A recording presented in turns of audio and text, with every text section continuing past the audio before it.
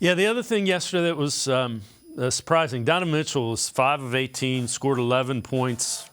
Could argue worst performance of the year for Donovan Mitchell. And along those lines, the Athletic tweets, I played like you fill in the blanks there. Darius Garland on Donovan Mitchell taking the blame for that Game 4 loss. I think he's putting too much on himself. That's what all-stars do. I mean, just try to blame everything on himself, but it's not on him. This is a group effort. This is Cleveland basketball. It's not just on him. So anything he says that he puts on himself, don't listen to him. I mean, everybody have nights like this. I think he got some really good looks. He was really aggressive tonight, so we need that from him going forward. I mean, he's been one of the leaders of this group this entire year, so when he goes, we go. So he's going to move on to the next one. We're going to keep his head high. We're going to have his back no matter what, so we're just going to move on to the next one. And Sam, the Cavs have been unable, other than the Game 2 stretch there where they open it up, that they just haven't been in any rhythm offensively. Credit New York. They've looked out of sorts. Yeah, well, that, like you said, credit New York. I mean, it was obvious after Game 1. I sat there in Tom Thibodeau's press conference after Game 1, after the Knicks had won, and Tom Thibodeau said, we've got to find a way to limit and contain Donovan Mitchell, or we're not going to keep having results like we did in Game 1. So guess what they did?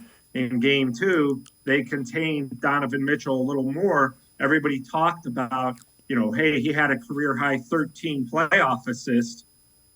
The Knicks were happy about that. They'd rather have Donovan Mitchell turn him into a facilitator than a scorer. Granted, the Cavs won that game big, Game 2, but it kind of set the tone for what this series was going to be.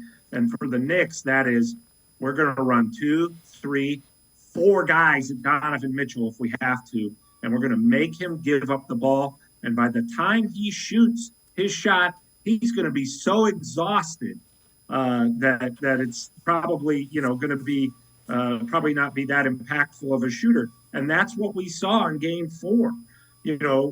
Donovan Mitchell's defense, he's a completely class guy. He's a great leader, and he's going to take the blame for it. But what the Knicks are doing is saying, we're not going to let Donovan Mitchell go nuts.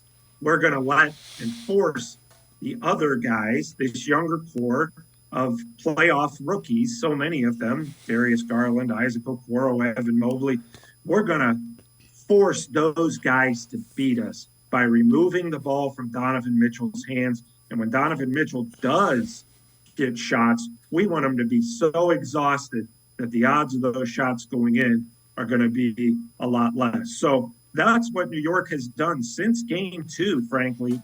And, I think a lot of people, and credit to Donovan Mitchell for that Game 2, 17 points, 13 assists, but that was playing right into the Knicks' hands. They want to turn him into a facilitator. And, this is where the other guys that don't have the playoff experience, they're being counted on heavily. And right now they just haven't been able to deliver.